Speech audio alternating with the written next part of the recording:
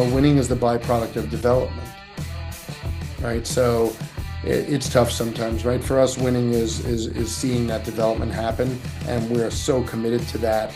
You know, throwing a kid for one more inning when he's tired, for me is a loss, right? I like to say to our coaching staff that you need to win with the cards you've been dealt, and that doesn't mean riding one horse to the ground to win one more 10U, 12U, 14U baseball game at the expense of arm pain, right? I just don't see it. Or, maybe less dramatically, at the expense of other players on the team not developing. Hello, everybody, and welcome to Clearing the Bases, the podcast where we step up to the plate and dive deep into the world of youth baseball. I'm your host, Jimmy Filangieri. On this show, we discuss all things related to the preparation and development of youth baseball players, coaches, and yes, even parents. So sit back, settle in, and get ready to hear from some of the greatest baseball minds out there. We like to think that winning is seeing each and every player individually and collectively get better over the course of a season and ultimately be better than even they thought they could be. Because I think that pays dividends for the rest of their life, right? They realize that with some work, right? Like what's saying, hard work leads to success. If we can accomplish that, that's great. But maybe that's a little too nebulous for this conversation. For us, are the players developing and learning and able to execute on a baseball field? New skills, be competitive in the environment, and good things will happen. Well, everybody, I think what you need to do is if you're in your car or if you're on your tractor listening to this and cutting the grass, you better put your seatbelt on because we're going to go for a good ride here. Tonight, we have on Jordan Baltimore, okay? He is from New York Empire Baseball. Dear to my heart is Jordan was born in Brooklyn and so was I, so we have a little bit of a connection there. But he is the founder and director of research and training at New York Empire Baseball. He attended the New York University Stern School of Business and also holds an MBA from Duke University's Fuqua School of Business. He has developed New York Empire Baseball from one team to over 1,000 players in New York City. Jordan was the first baseball coach in the world to earn Driveline Baseball's coaching certification. He is the pitching consultant to NYU Langone Sports Performance Center. Jordan has been certified 6 times by the National Pitching Association and is their area director for New York City. I mean, I'm going to go here for a while, people, so sit down and relax because there's a lot to cover here. He sits on both the youth and travel committees of the ABCA. He is a baseball advisory committee member with the New York City Mayor's Office of Sports, Wellness, and Recreation. He was a presenter at the youth stage at the 2024 ABCA convention in Dallas, where he talked about cage-to-game coaching drills and training programs for player development and team success. I first met Jordan at the Youth Baseball Summit last year, something that he has been instrumental in getting underway. Now in year 3, we're getting ready to head back out. This year, we're going to Augusta, Georgia, and this is something that Jordan helped put together. So, you know what, Jordan? I'm out of breath after doing all of that stuff. I mean, that is fantastic, and welcome to the show. Thank you, Jimmy. It's so exciting to finally be here. Thrilled. Yeah, I know we were going back and forth for a while and trying to connect, but you know what? That's very, very common. Let's face it. All of us are in this baseball world, we're all very busy and it's hard to connect, but I appreciate you taking the time out. No, happy to be here, Jimmy, finally. All right, so let's run with this, okay? Let's start with the ABCA convention, right? I mean, my feeling is it's a great event. I mean, I look forward to it every year, and it seems like, it's funny because you leave there, we come back home, and then time flies so quick, and it seems like we're getting ready to go again. But let's talk about the convention and why coaches should become members of the ABCA and attend the convention. Goodness, I mean, it starts with the laundry list of things that the ABCA touts. Everything from coaching resources, training resources, videos, the in-person, around the country events. So many things that are just available at the touch of a button. I mean, I remember when I first joined, it wasn't even a question, right? What you get back just in discounts. I think somebody said the car rental discounts alone pay for themselves, dozens of times over, and then you realize they really do. And then you get, for the sole proprietor or the independent coach, it's $1 million insurance policy, which so many cities are now absolutely requiring, and they should have years ago.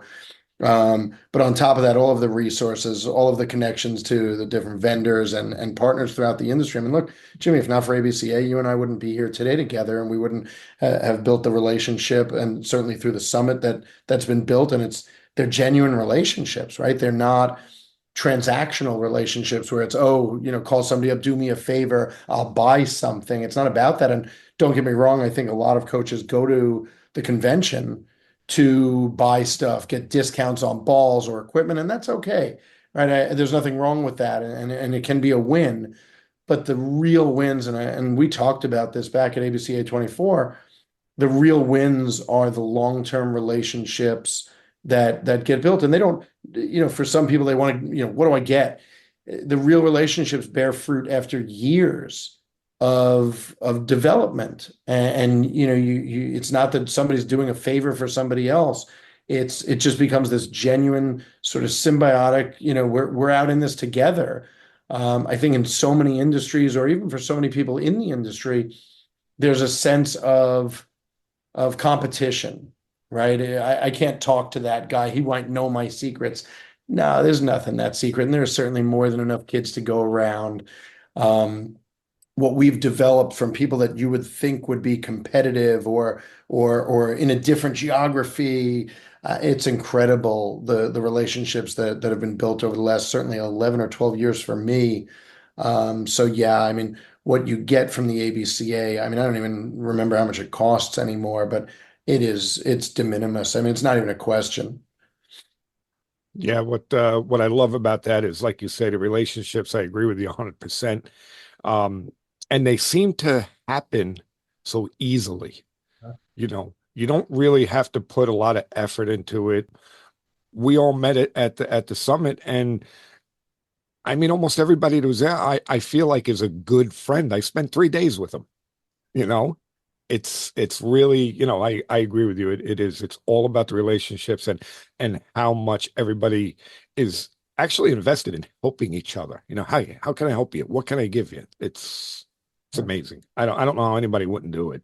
No, it's become an incredible, far more than even I thought a decade ago. It's become an incredible fraternity and sense of partnership. I mean, there are guys and women throughout the industry now that I've met at ABCA over the last decade that we're just always a sounding board for each other. I mean, there are text messages flying back and forth at random times of just, hey, need your thought on this. And it'll just be just random topics. And we're so connected, and the responsiveness is incredible. And just getting that extra thinking from people who maybe have taken a different approach to things, but they share your values and your heart, and you're kind of aligned in the way that you approach things, and you can count on them. So it really has become an incredible fraternity of sorts. Yeah, I couldn't agree with you more. All right, so let's jump a little bit into New York Empire baseball. How did how did that start? And talk to us a little bit. Tell people what it's about. Yeah, I mean, there's a much.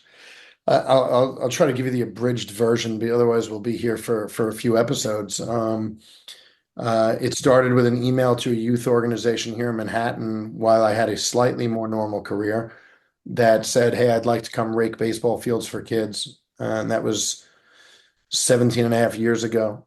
I genuinely wanted to get in a workout for myself and give back to the community, and sent in an email to this youth organization, said, "Hey, I want to come rake your baseball fields on Sunday mornings."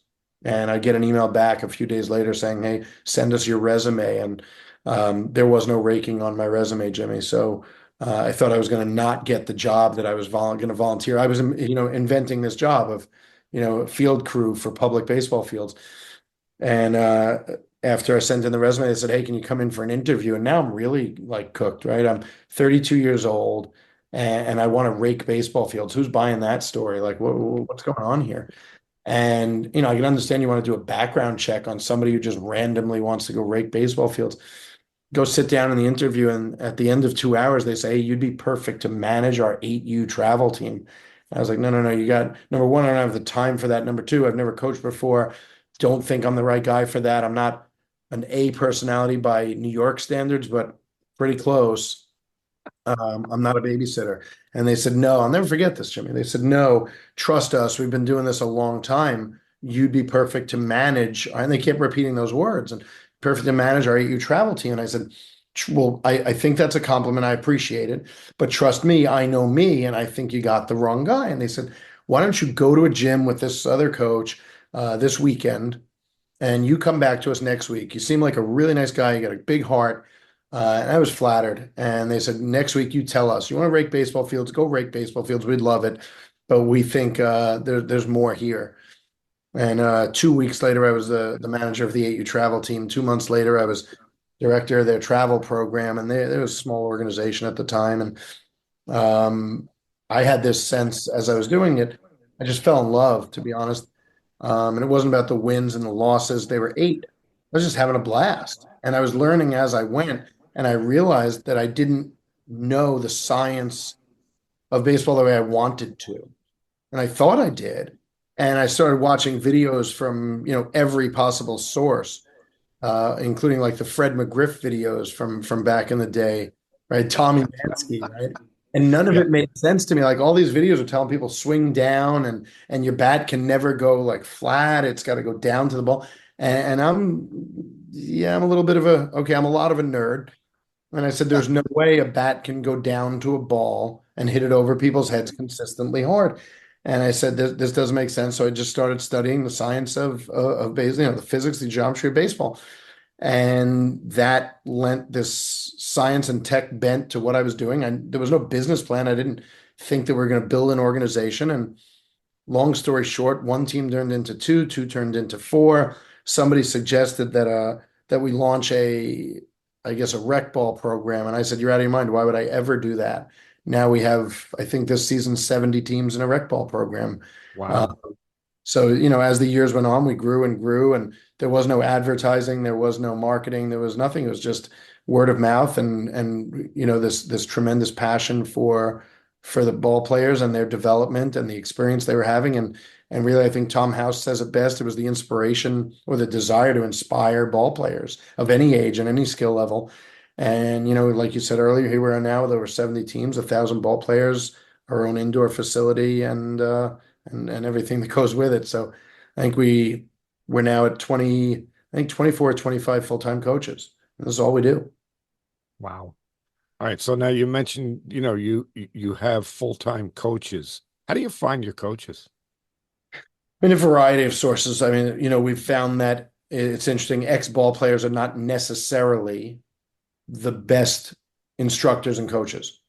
I think that baseball's tough, right? Going through the system is not easy, and it can be frustrating. You come out of baseball, and I don't know that coming out of baseball immediately, you may still have the mindset of a ball player, which is I need to do the best that I can, right? And that's a great mindset as a player. I don't think that's the right mindset as a coach, and um, I think the approach as a coach has to be how do I help someone else to be the best they can be, not how can I be the best. So it's not we use some pretty abnormal sources for this, or we look in places or find people from very different backgrounds who may have played high school or college ball or more. That's not the first criteria for us. For us, it's can you communicate and inspire, and are you intellectually curious and passionate, and are you capable of genuinely motivating and inspiring? And I don't mean in some hokey way, but in just are you able to really understand the players around you? Like, one of the first pages of our internal training says KYP, know your players. Are you really capable of understanding how a player learns, how they're motivated, how to bring them back from the edge of doom after one error, right? How do you motivate ball players to make the next play or swing at the next pitch? So for us, it's been a variety of sources, and we've gone back to schools that have sports management programs, schools that have baseball teams, schools that have softball teams, right? And we cast a very wide net from some very non-traditional backgrounds. And when somebody comes across our path, I'll tell you, we don't hire seasonally. For us, if we don't need anyone today and we come across somebody who's talented, we hire them. And I know that it breaks all the rules of budgets and finance. And I mean, look, in my background, I'm a finance guy, right? Originally, at least, 2 decades ago. We don't run our organization by a P&L. We don't look at financial statements. We look at inspiration. We look at, player happiness. Are the players developing? And if we come across somebody who's really talented and special, it doesn't matter if we need them or not. We may not need them today. We're going to need them tomorrow. So when we do find people who are a great fit for our culture, we go ahead and look to attract and retain them. Yeah, that's interesting what you just said about not looking at the P&L statement when you're doing these things, because I've been ranting lately, okay, about the climate of travel baseball being a business model, not being a development model.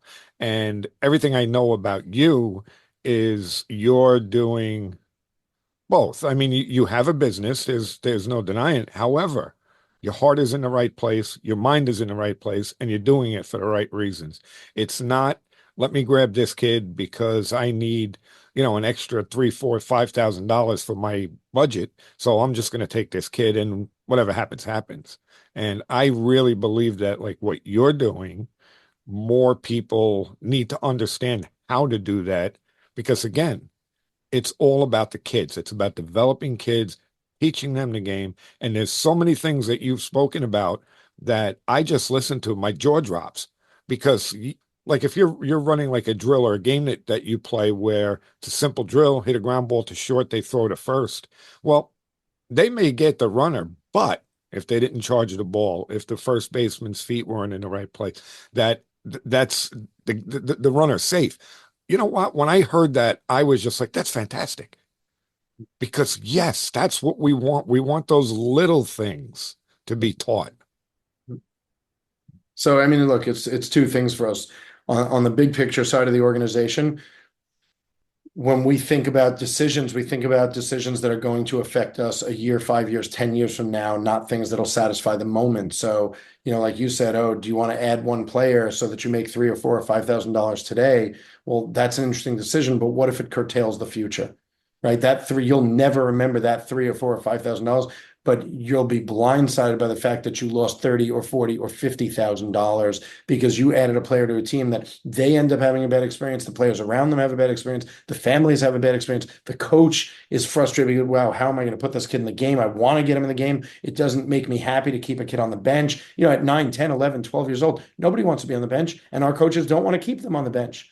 But that being said, having 14, 15, 16, 18 kids, and then there are organizations. I mean, there's some here in the city that they sign kids up at 11, 12, 13 years old as POs. They're a pitcher only.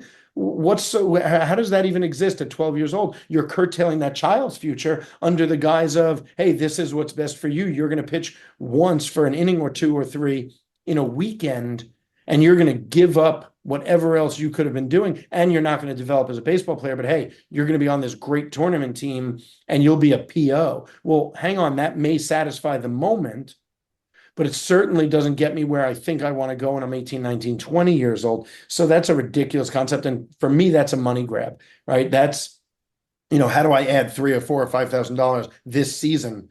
And now if I call you a PO and I tell your parents you're a PO, they can't argue with the coach a week, a month, 2 months from now when you're not seeing much playing time because, hey, we told you he's going to be a PO. If that's going on, that's never an organization that I would want to be a part of because it curtails the future of a child, right? It's not right? It's the wrong thing to do. But then when it comes to what you said, right, the way we think about our drills and our games, I think Devin Morgan says it best. Right? You need to build skills that scale. You're not making decisions that satisfy the moment. right? If I run a game where out means out and safe means safe, great, you win. But if your process was poor, you're not going to be playing baseball a year from now or 2 years from now, or better yet, right, Jimmy, the curse words of our industry, just make contact.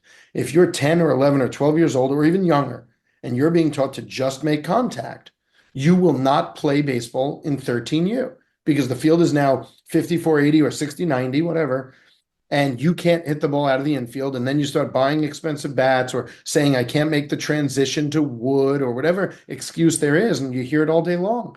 And that's not the problem. It's that you were taught to just make contact. That's not a great long-term solution. It's just like the 7 or 8 or 9-year-old little leaguer who can throw strikes that are coming in at 38 miles an hour and the ball's just looping in and nobody can hit it. That player's not pitching next year. So it's satisfied the moment, but it doesn't actually develop the player or the team or even the opponents, because that kid's not playing baseball for much longer. And people talk about why, young ball players quit at 13 years old. I don't think it's because of all the external reasons that people think. I think it's because at 13 years old, when the game gets bigger and faster, Yeah. people can't play anymore. Yeah. Because they've been taught to just make contact and just throw strikes instead of develop skills that scale, like Devin talks about in that book. In the absence of skills that scale, you quit. And it's not because of any other reason other than I can't play this game because it's a skill sport. I need to be good. And the better I am, the more fun it is. There aren't many sports like that, right? If you and I, Jimmy, let's go to the beach. Do we need skill to go enjoy the beach? No. Do we need skill to go jump on a basketball court? And no knock on basketball at the highest levels. Of course, it's a skill sport. But you and I can grab 3, 4, 6, 10 of our friends and go play basketball and have a great time. We can go bowling and be awful and have a great time. We can even go play tennis badly, and it's still fun. Pickleball, ping pong, name the sport. You can't do that in baseball. Yeah. Either you get hurt or you're bad and scared. And none of those are good. So what do you do when you turn 13? You go find a different sport that you can play and have fun. So again, it's the same approach that we have in our organization as I guess a business that we do about player development. What are the best decisions that we can make for long-term development? Yeah. The thing that really smacks me in the face is when you were talking about focusing on the process. And the idea of during competition, during a game, your focus should be on the process. And again, your words, not mine. Your focus should be on the process and not the outcome. And boy, that's powerful. I mean, you can't control the outcome, right? No. I take 2 swings. I hit the ball 100 miles an hour both times. One of them is caught easily, and the next one is a ground ball through the infield for a single. Or, right, and I couldn't control the outcome of either one of them. The input was the same. My swing was the same. It's a good swing. So on average, over time, I will be successful. What happens in a game, right? And let's look at any of the scoring apps, right? I'm 1 for 2 in the app. I'm having a great day, right? Except the first one, I was 0 for 1. I hit the ball 100 miles an hour to left center field, and your son lays out in left center field, makes a diving catch. I failed according to the scorebook.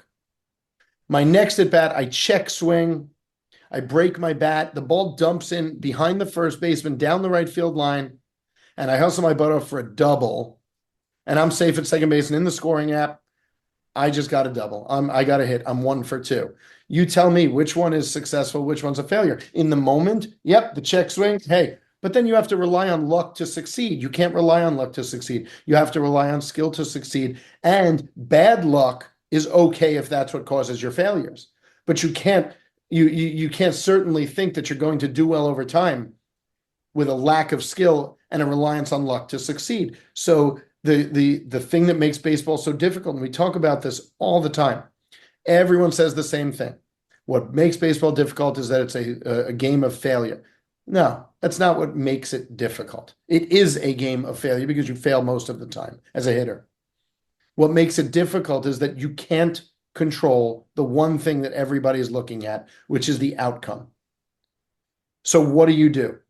In our mind, you focus solely on the inputs. And if I can create a great swing, great bat speed, and have the inputs control the outputs, what does the bat do? What does the ball then do? And my outputs are strong, then I know my inputs are good. If my outputs are strong, because of good inputs over time, the outcomes will be good. And yeah, Jimmy's son is going to make a diving play in center field, and I can't wait to get up again because I have a great swing. But if all I care about is just make contact, or hey, let me swing slowly because I think I'll roll a ball through the infield, and these infielders aren't very good at 8 years old. At 9, I'm not playing baseball anymore. So yeah, it's the same approach. It's we look at the world as inputs, outputs, and outcomes, and the inputs control the outputs, and the outputs influence the outcomes. And the only one of those things you can control are the inputs. Yeah, yeah. And I mean, let's face it, you have to play the game one pitch at a time.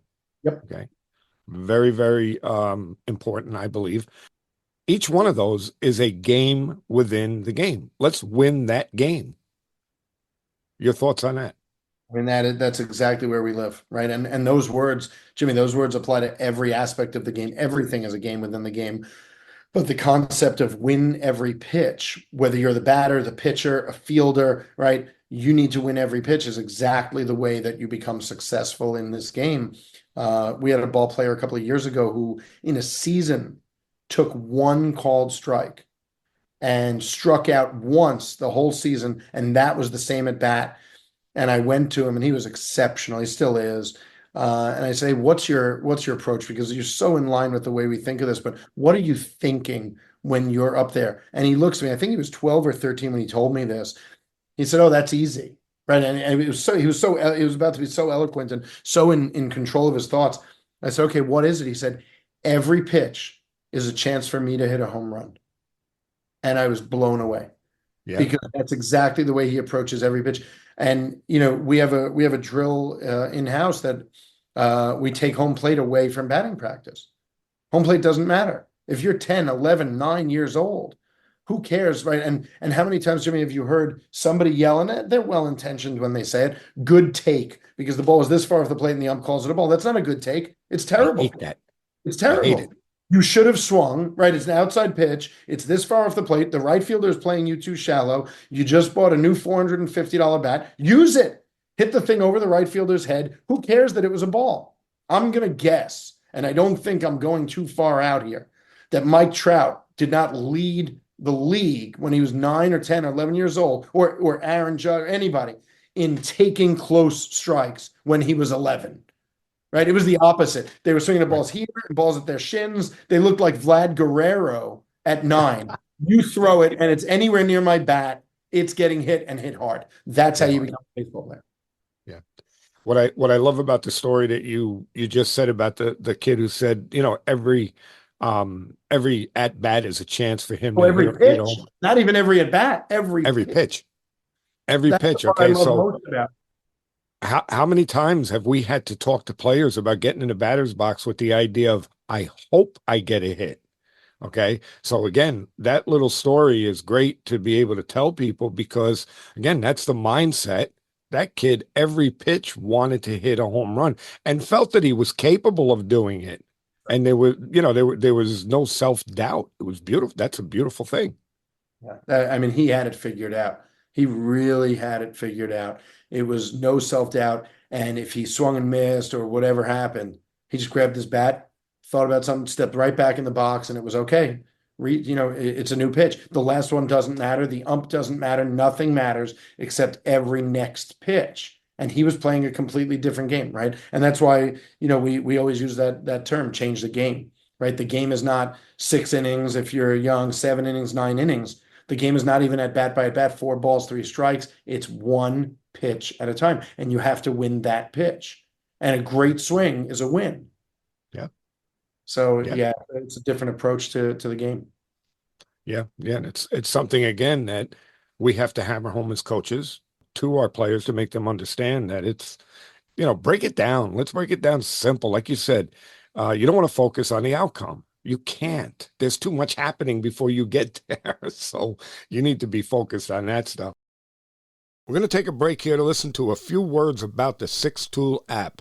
This is an app that I really believe in, and I think that all coaches and players should know about it, and they should use it. For baseball coaches like you, every game brings measurable progress. However, game time isn't the time for trial and error learning.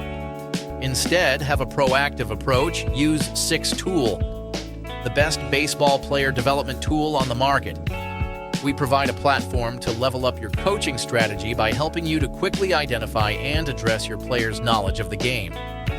By using our easy-to-implement interactive player quizzes, you can assess position-specific issues, overall baseball IQ, and much more. Win more games and develop better overall baseball players with effective off-the-field training. Visit us at six-tool.com. Six Tool. Get ahead in the game. So you had also talked about, what you train and what you measure. Okay. So let's get into that a little bit because that interests me also. Yep. I mean, we're constantly looking, like I said, at the inputs, right? And we're measuring the inputs. What are you doing? How are you training? How often are you training? What are you working on? Are the inputs and outputs improving? Because look at New York City. We have short seasons in the spring and fall. If I look at your batting average after 2 weeks, you've only played 4 games. So you might be 3 for 12. I'm only batting 250, but you haven't swung and missed. You're hitting baseballs hard. We're looking, on our end, we're looking at, we use blast motion. We're looking at your, what we call cage to game, is your in-game swing at or above the quality, both in terms of bat speed, plane efficiency, so on. Are your game swings as good or better than your cage swings? Because if they are, then you are going to be likely to be successful. So we're constantly measuring and looking at the qualities that we're training, not what is a scoring app say your batting averages. Now, don't get me wrong. If after 100 games you're batting 111, something's wrong, right? We're lying to ourselves, and we think the inputs are wrong. And there's I think maybe Jeff Bezos talks about it. He says, you look at the data. And if the data and the anecdotes don't match up, right? If the story doesn't match the data, something's wrong. Don't just keep going down that path. You need to go figure out, or the data that you're measuring is wrong. Because if after 100 games, in our case, you're not hitting well, that's not a small sample size. So you may be measuring the wrong things. So that's where things get a little more complicated and challenging. But typically, we don't have that situation where we go a long time without making, adjustments or changes to the training, or we just get a good sense of why are the game results or game swings different from what you're doing in the cage back home. So, we're constantly measuring the training and the ability to take your training into the game. Our first look is not, oh, you were 1 for 4 today. It just doesn't matter. Well, the important part is that you are aware of it. You're working with it. You're doing what you need to do to, again, there's a word, to develop the player by using this information that you're getting. And the other thing that I thought was pretty cool was how you give, and I'm not sure if I'm going to explain this right, but you give each kid a drill plan for themselves. Okay, which that's incredible. That's a beautiful thing to do for those kids because, and I'll let you explain it, but they need to do the work on their own, period, the end. Yeah, look, you see it all the time, and this is multifaceted, right? On the one hand, we have, a series of drills that we have designed, and we, put together videos so kids can watch them at home, and we send them home with their drill pack. And the drill pack is individual to every player. And look, there are some players who do more work than others. We don't chastise the kids who don't. We go back to them when we take a client success approach. It's, what do you need from us to get you moving in the right direction? Not, well, because look, the easy thing, Jimmy, you've been around it, right? There's a bell curve of behavior. The leading tail of the curve, they do all the work, they see all the glory, and they're on board, they're good. And we can keep just pushing them even further and further, and they will do anything you throw at them. Then there's the trailing tail who does no work. And most coaches want to have the conversation, which is, listen, you don't do any work. You're not going to get any better. I'm turning my back on you. If you do the work, then I'm here to help. I understand that approach. I do, right? It's fair. right? You didn't do the work. I can't help you. That's perfectly fair. Then there's the middle of the curve. Maybe they do, maybe they don't. They sort of do. They're not consistent. So you give them the speech. Well, if you did more work, you'd look like those guys. We take a different approach. We want to eliminate the bell curve. We want to take the trailing tail and do everything we can to push them forward. So we will handhold. Look, we got hundreds of players in travel ball. We charge every blast sensor for the kids because we know that that's a pain point for them. They've got a lot going on, whatever. And do I think that's the most responsible way to grow them? Well, maybe not. They should probably learn responsibility and accountability, but it behooves us to have them using the sensors. So we want to help them out. And if somebody's not doing the work and they come back and they say, listen, it was too much between school and this and that and all the other responsibilities I can't do it, we'll break it down and make smaller drill packs for them so that they can spend 10 minutes, 20 minutes a day getting some work in, because some quality work is better than no work. So we'll do anything we can. And then, what's that saying? Progress is the ultimate motivator. If they see the needle moving in the right direction from 10 minutes of work, it inspires them, motivates them to do more work. And that's where we live. We want to do everything we can to motivate and inspire success, even if it means giving a little extra lift to the ball players who need it. And don't get me wrong, is there a real trailing tail? Kind of 1 in 100 who zero work doesn't get better? There is. And you know what? That's the player where we have the tough conversation of, listen, we've done what we can. We're trying to help you out here. We want to do more. We've offered you extra practice. You want to come in? It's free. We'll do whatever we can for you. And they don't prioritize it. And that's when you realize, okay, maybe this is a bad fit. And it's unfortunate, but that's the reality. And I think the player, it's nice when the player comes to that on their own, unfortunately, where they say, listen, I've got other priorities. I've discovered something else. I'm going to stick with that. I just can't put in the work that baseball requires. And it's not a large number of players, but that's part of life, right? But isn't that something too that I'm going to say that mom and dad are sometimes very guilty of? Okay, so I want my son to be a good baseball player. I want my son to play baseball. So the push is there, and the kid really doesn't want to do it. It's kind of unfortunate. It is. I mean, look, you're going to get a kick out of this. Years ago, a dad came to me. His son was a rising high school senior, very good athlete, really nice kid, really nice dad. And he never played summer ball, not a single summer. And dad comes to me after the spring season and says, if I can force my son to play summer baseball, do you think he'll get recruited? And it took me a moment because where do you begin to answer that question other than to say, if you need to force your son, like we already have the answer here. Number one, you're a little late to the party. But number two, if the desire isn't there and that burning desire, because it's a love for the game, right? Forget about the fact that you play baseball because you want to get recruited. That in itself is challenging for me. You should play because you want to play, right?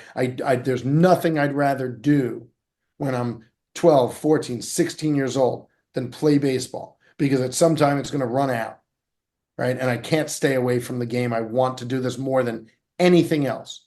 That's the first and most important ingredient. And not because, I have to play so I get recruited, right? There's problem number one, because I genuinely believe, that's another Devin Morgan. Playing is fun and fun is good. If you're having a great time and it's something you love, you will be so immersed that you will be inspired to develop and work on your own so that you develop. And then the results of all that development are getting recruited or playing college ball at some level or whatever. So yeah, that was an eye-opening conversation and a shocker for me, where it's, if I force, right, stop, right, that's it. If I force, no, if you're forcing your teenage son to do anything, something's wrong. Will he get recruited? No, it's a little late for that.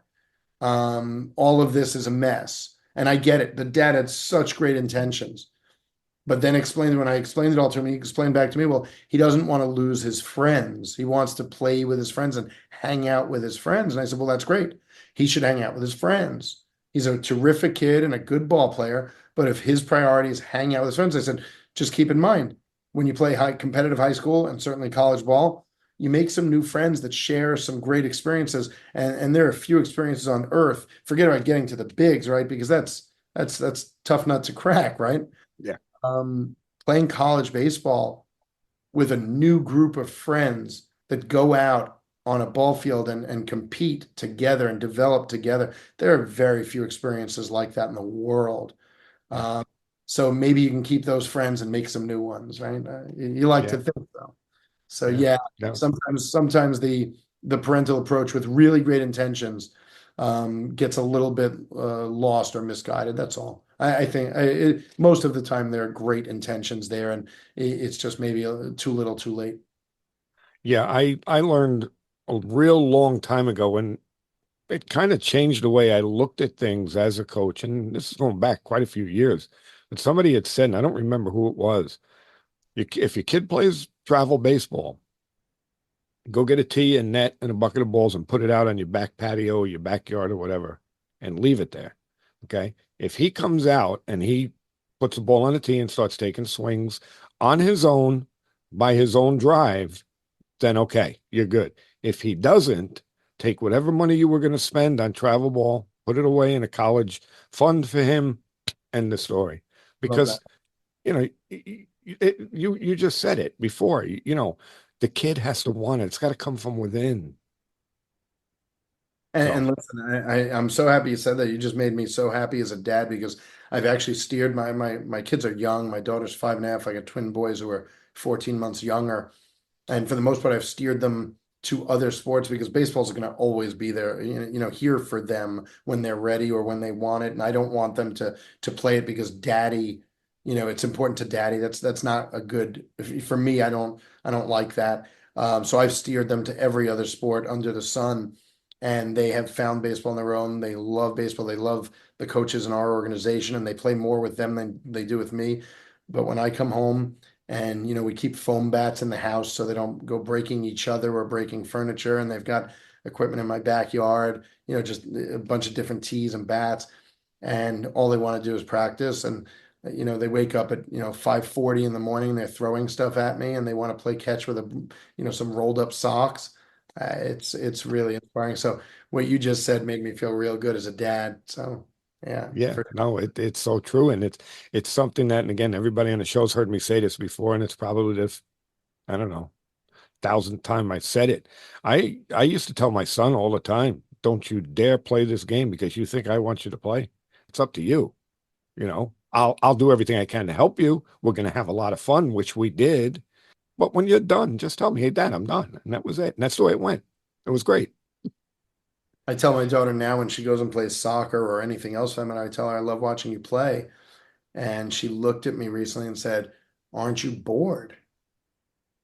And I got very emotional. I said, there's no place I'd rather be than Right. sitting on the turf with my little camera, taking random pictures of you. And I'm not the dad who's running around with the video going so I can show her latest 5-year-old soccer shot. I mean, that's just lost on me. But I'm taking pictures to send to grandma and my wife or whatever, and just sitting there next to her water bottle and get the occasional hug or a kiss and watch her run around and just have these fun experiences and learn.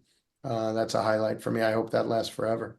Yeah. I mean, we don't talk about, remember when I went 3 for 4? We don't talk about any of that stuff. What we talk about is, hey, remember the time when you did this, that, or the other thing, and we were hysterical laughing and the whole team was, that's what we talk about because Our it was our fun. topic, our topic at home this week was how much my boys like because it was raining this weekend. How much my boys loved their indoor training at our facility because we live about an hour away from it, and my wife took them in because they didn't have a game this weekend. They had indoor training instead because we never cancel a program. Right? If it's raining, we just all the teams go indoors to train, and um, the boys had some pizza before the training, and the highlight of their day was that they wouldn't stop. They wanted it to last longer, and they left the pizza sauce on their face while they were training. There you And go. at 4.5 years old, and being the dad of a couple of 4.5-year-olds, that's a big win, right? They Sure. they didn't want to leave, and the pizza was all over their face. So that's how's that for a double play? Yeah, exactly. That's fantastic. But and you had said it's a win. So let's jump into that a little bit. So what is winning and what is success? Listen, that is definitely a different strokes for different folks conversation. I like to subscribe to what Shane Battier once said. He said, having a winning culture doesn't mean you win every game. And that meant a lot to me because you do need to explain that because saying that you're a developmental program shouldn't be this catch-all for, hey, we don't do very well, we actually don't have a good program, so we lose most of our games, right? And I've heard people do that. They go to tournaments they shouldn't go to, the team isn't very good, and they tell the parents, oh no, we lost because we're a developmental team. No, you lost because you weren't very good and you went up against teams that are. We like to think that winning is seeing each and every player individually and collectively get better over the course of a season and ultimately be better than even they thought they could be. Because I think that pays dividends for the rest of their life, right? They realize that with some work, right? Like what's the saying, hard work leads to success. If we can accomplish that, that's great. But maybe that's a little too nebulous for this conversation. For us, it's are the players developing and learning and able to execute on a baseball field, new skills, be competitive in the environment, and good things will happen. And if they're in a 16 game season, if they're 10-6 or 9-7, I'm not sure. Right? What's the saying? The recruiters at insert school here are not going to ask you what your win-loss record was in 11U baseball. And it's sad. I think that gets lost on a lot of folks. And I think I said to our team the other day, sometimes it feels like we're selling bacon cheeseburgers to vegans. Um, because as much as we talk about development and we believe in it and we are so committed to it and the players are having a great time, there are people who turn back around and say, well, how come we went 8-8 this season? The team isn't good. And you're just like, did your child have an amazing time? Yes. My son had a blast. He'd rather be with his baseball friends than his school friends.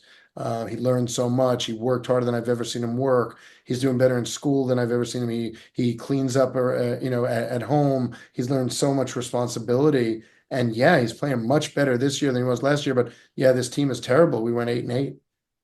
We're gonna have to go to a tournament team or do something. And I'm like, well, going to a tournament team doesn't mean that it's going to help your son develop. So if you want to play more baseball, great, let's play more baseball.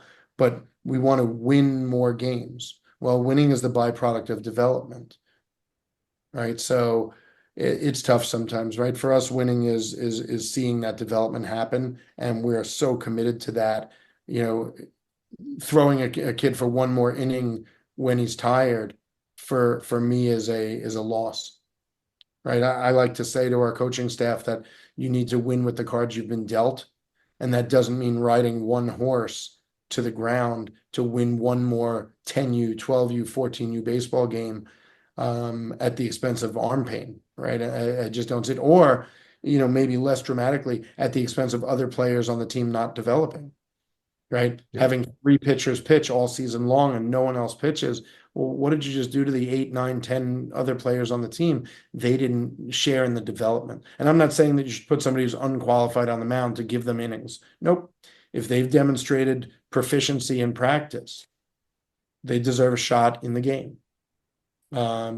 So for us, development is seeing more pitchers capable of pitching successfully on a team, more players having a great experience, more players seeing all the inputs and all of the things we measure on the analytical side improving, and then seeing players go out and demonstrate a work ethic that they've never shown before, and it shows on the field. And that's not always going to reflect in the W's and L's, especially in a short season. So, or you go to a tournament and you run up against a couple of teams who are just phenomenal, who play 80 games a season, and that's all they do, and they don't have violin on Monday and religious school on Tuesday. And there's nothing wrong with that. Having a well-rounded education and experience, particularly in New York City, is a blessing. Sure. But it's hard to argue with the concept that somebody else plays baseball 6 days a week and you lost to his team. I'm not worried about the loss in that case. I'd rather these children develop in the way that their parents want them to, with a very well-rounded, Renaissance experience is wonderful. But I'm not worried about whether or not we lose to a team who plays 80 games a year. It's just meaningless. It Right. really is meaningless It unless is. I want to be on that level, in which case you go back and have a really meaningful conversation around, okay, that's awesome. Here's what it takes. Let's go do it together. Right. So it's complicated because it goes back to inputs, outputs, and outcomes. Most people, and I haven't quantified it specifically, but more than 50% of people that I've met in the last 17 years of coaching, they want W's and they want trophies. Yeah. And we're a little less interested in those things than we are in what we consider to be long-term successful development. You see, now that's key. Okay. That right there is key, because I don't believe that a lot of people look at it the way you do. Okay. And that's the way I look at it. I don't give a crap about some, you know, trophy that you're going to win for, let's face it. How many of these tournaments, unless go down to, Fort Myers, or you go to Lake Point, or, all of these things, those are where there's the players. Okay. So if you're going to, around here, we have a local tournament organization, NYEB. And if you go there and play, okay, it's nice if you win, but who did you play? So that win is meaningless. You know what? Lately, I've been on a crusade, and this is where I want to go next with you, because you had just talked about it briefly, about long-term development, and people are looking to see instant results. How do you make people understand that it's a marathon and it's not a sprint? I mean, I think you start to let me back up.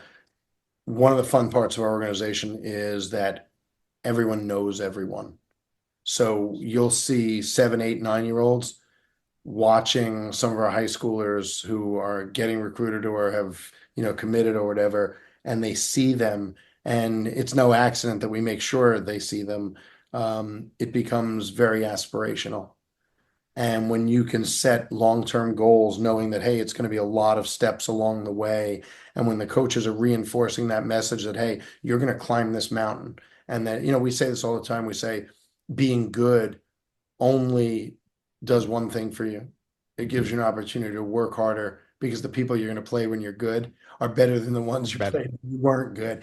That's right. So, the mountain gets steeper, not flatter, as you go up. And I don't think most people realize that. They say, oh, my son's batting 318 in 9U baseball. It's like, that's not good. It's actually not good. It should be like 818, right? When he's dominating at 9U, he's ready to move up. And we think all the time about what the path looks like, and we communicate that with our players and say, this is where you're going to go. And as you climb this mountain and get better and better and better, you can stop for a moment and pat yourself on the back and say, this was great. I can't believe I'm able to do this, and I'm better than I thought I was. And now look up, the mountain's higher than you thought, and that's okay, because up there you can't even see what's up there. It's all clouds. Just keep climbing, because the journey is a really fun one, and there are going to be tears along the way, and there's going to be laughter along the way. There's going to be tears of frustration and tears of joy, all of it.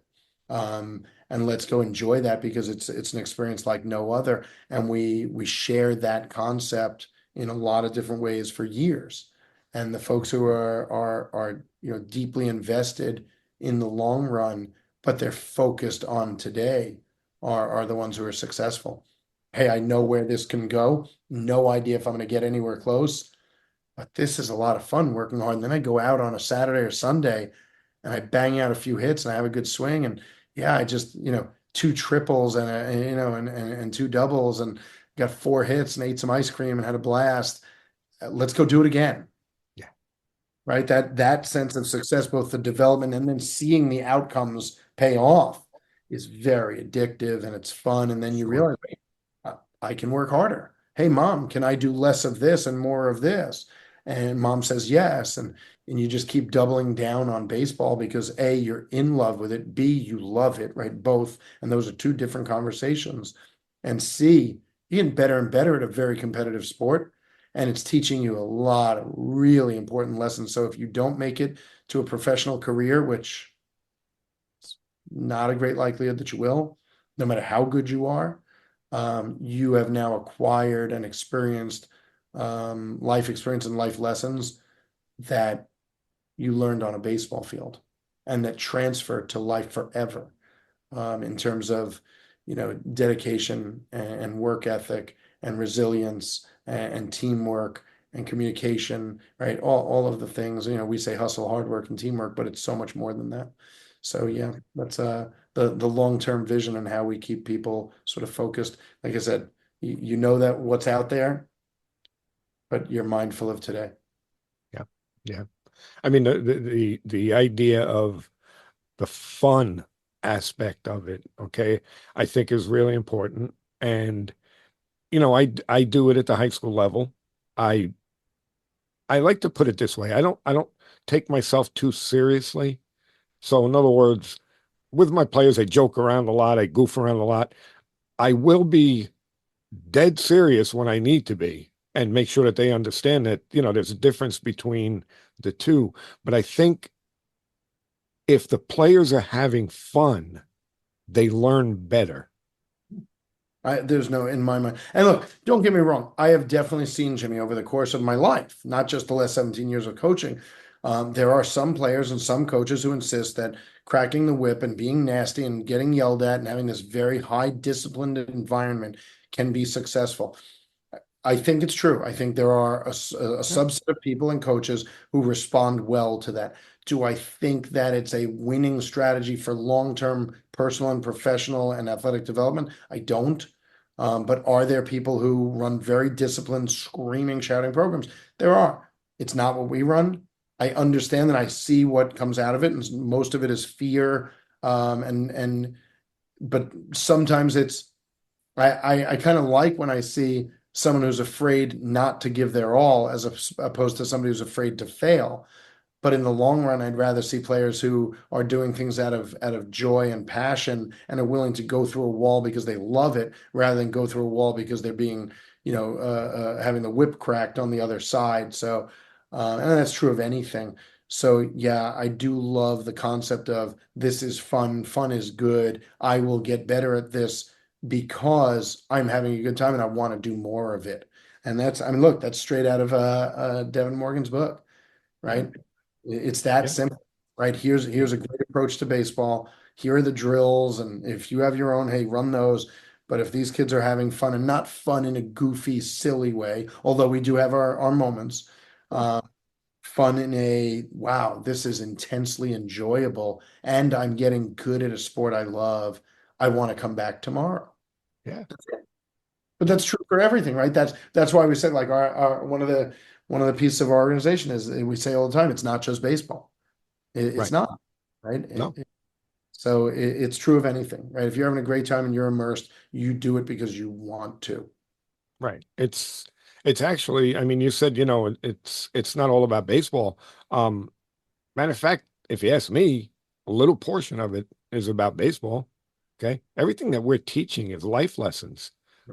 All of this stuff, like you mentioned, the game being a game of failure, hitting wise. Okay. Well, we're teaching you how to fail. And I mean, I really love it when you see a kid that, if he had a bad game, he went 0 for 4, struck out 3 times, whatever the case is, and he's pouting like a 3-year-old and, this and that. And over the course of the season, you could let him understand that number one, it's okay to fail. Number two, that there's a way to recover from that failure, which we work with our players on. And at the end of the season, you see this guy who, strikes out 3 times, comes back in and says, okay, coach, I'm going to get him next time. And it's like, oh, that's awesome, you know? No, we And have that's where the fulfillment is. for sure. We have so many. I mean, me personally, I have so many great memories of players who have done exactly what you just said. I mean, there's one that comes to mind. I wish I had video of it to share. 12-year-old ball player had a really rough first game of a doubleheader, struck out to end the game, was swinging at pitches over his head the whole game. And I'm okay with that. He Yeah. check swung and he comes to me afterwards and he said, "Was it a strike?"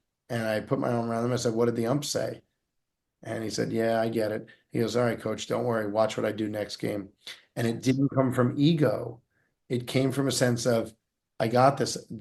Being 0 for 5 or whatever he was didn't get him down. And it was Yeah. strange. Like he said it, and I believed him. And Jimmy, I think if I remember the story right, and I don't think I'm embellishing, I think he went 5 for 6, hit one ball out of the park we were in, and was just laughing the whole rest of the game because in his mind, hey, it can't get any worse. I was a wild man in game one. I'm gonna figure this piece out and I'm gonna go get him because I'm an animal and I have a great swing. And he went from having his worst game in terms of outcomes to his best Yeah. in the matter of minutes. And he Yeah. made that decision. And I wouldn't let him off the hook when he said, "Did I swing? Was it a strike?" I wasn't going to tell him, "Oh, the ump made a bad call," because that gives him a license to sort of have an excuse for the failure. So what did the ump say? And he just nodded his head. And he went right back at it, knocked out, 5 hits, and had a phenomenal day. So what a great life lesson to be able to say, I went from having my worst moments to my best in the course of minutes. Yeah. Yeah. I mean, that's powerful stuff right there because again, and that's at 12 years old, so God bless that kid. That's fantastic. I have high school players that I got to work for 4 years to teach them how to do that. But Well, so what I want you to do for me is first, let's go into a little bit, and I took this from your presentation, successful coaching. What is successful coaching? I think, and look, it's going to be different for different players, different coaches, different organizations. But for us, it's um, inspiring and training and preparing and motivating ball players to do their best or even be better than they think they can be. And that's it. It's not winning games. It's not right because as a coach, you can't control the win. I mean, hey, can you call a squeeze bunt in the last inning? Sure. Let's put that aside for a moment. Can you put in the right relief pitcher? Yes, great. It's knowing that you can inspire and train and prepare and motivate whatever age ball player it is to be the best they can be and make the next play and be resilient. So for us, that's what successful coaching is. It's how do you do those things so that the wins, whether they're in a single at bat or in an inning or in a game or in a season, just materialize. And it's not the focus on, okay, we have to win, because if you do all those other things, you will win. Yeah. No doubt about it. I couldn't agree with you more. And I love the way you say, have players prepared to make the next play. Because again, we talked about it earlier. It's pitch after pitch after pitch. Okay, the pitch went, something didn't go right. Okay, guys, next pitch. Let's make it happen. And that's it. So, Jordan, no, you know what? Do me a favor and tell everybody out there where they can reach you if they want more information. And people out there tell you, if you want information, reach out to Jordan. He's one of the smartest guys in the baseball world that I know. I appreciate that, Jimmy. Yeah, I mean, you can find this on the web, NewYorkEmpireBaseball.org. We have a YouTube channel, New York Empire Baseball, of course. Pretty active on Instagram with some fun content, and it's of course at New York Empire Baseball. Or just hop on our website, lob in an email. If it doesn't get straight to me, it goes to our team, and then it'll find its way to me. And or DM us on social or find us on Twitter. And happy to help anybody that's part of your following. So yeah, happy to connect, and certainly happy to connect when ABCA comes around. We're only a couple of months away. Yeah. Yeah. And everybody out there, go out and join the ABCA for crying out loud. I mean, if you're not a member, you're missing out on so much. I don't know, it's mind-boggling that people would not join. And it's inexpensive too. So Definitely worth it. I'll tell you this. I mean, it hasn't been announced yet, but maybe I'll let everybody in from your listeners as a sneak peek. The Saturday afternoon, there's going to be a couple of hours that have never been done before for youth travel and facility owners that we'll be hosting after the youth stage wraps up. So there's I think a 2 hour window of some really special content.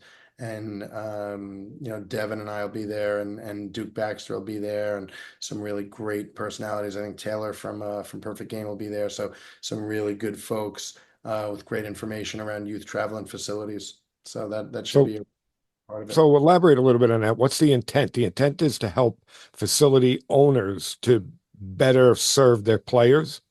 Oh, I love Both it. from a baseball and a business standpoint. Everything from software technology, baseball technology, facilities and equipment, business management, business software, right? Where we're going to touch on a lot of different topics to help facility owners and also youth and travel organization folks. So Right. it's really exciting. Well, I may have to sneak into that meeting, even though I'm not a facility owner, but I would love to listen to that. So, well, Jordan, again, I appreciate you coming on. I know, you're really busy, and when I just appreciate you spending the time with me, and I look forward to seeing you in a few weeks. Well, I'm looking forward to it as well, and I'm really thrilled we made this happen. I'm so excited for it and love the conversation. Well, thanks again, and we'll see you soon. Absolutely. Thanks, everyone. So I warned you that you needed to buckle up for this episode. I mean, Jordan is fantastic. It just amazes me how he was able to take a one-team organization and build it to the point where he now has 1,000 players. It's amazing. But you know what? Knowing Jordan, it's not a surprise.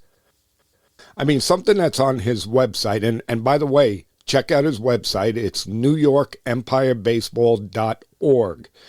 On his website, he has a lot of information, and one of the things that he says there that couldn't be more real is, and I'm reading from the website, youth sports should be organized to develop the academic, athletic, and social skills of tomorrow's leaders on and off the field.